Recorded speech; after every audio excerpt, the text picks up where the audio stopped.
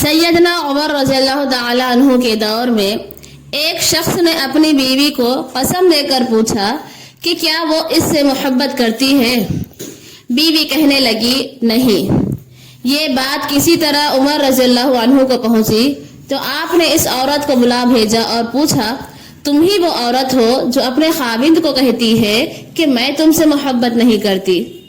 वो औरत कहने लगी, उसने मुझे अल्लाह का वास्ता देकर पूछा था तो क्या मैं झूठ बोल देती। सैयदना उमर रज़ियल्लाहु अन्हु ने फरमाया, हाँ झूठ बोल देती। अगर तुम में से कोई औरत अपने खाविंद को नापसंद करती हो तो उसका इजहार ना किया करे। कम ही घर ऐसे हैं जो मोहब्बत पर इस्तवार होते हैं। लोग तो इस्लाम और एहसान की बुनियाद पर एक दूसरे के साथ रहते हैं।